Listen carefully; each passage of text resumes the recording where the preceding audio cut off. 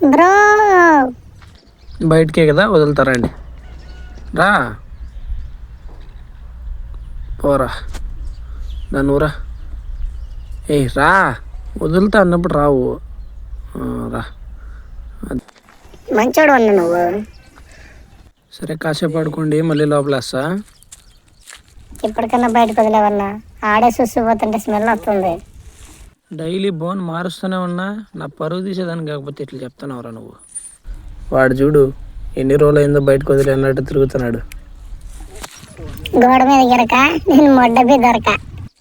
ఎందుకేరా మిమ్మల్ని బయటకు వదలంది? ఎంత పాటు పడుతుంటారు చూడండి. బయటకు వదిలేక నా రాజ్యం ఇది. అక్క ఏం దాతున్నావు? నాకు పెట్టు. సారీ అక్క, జస్ట్ మిస్లా. అక్కతనేంటే ఏమైపోయింటానో ఏమో నేను. అందుకే ఎప్పుడు గౌరీ దగ్గరికి వెళ్ళొద్దు, సరేనా? సరేనా, టైంకి ఫుడ్ పెడతాను, బాగా చూసుకుంటాను, నువ్వు చెప్పినట్టు తింటా. వాడే అజయ్ గారు బాగా అత్తే, నేను బాగా వింటానా, తెలుసు కదా నా గురించి. మళ్ళా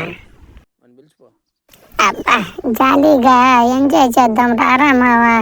తిరగాల, మామూలుగా తిరగకూడదు. ఈరోజు ఫుల్ ఎంజాయ్ చేసేయాల.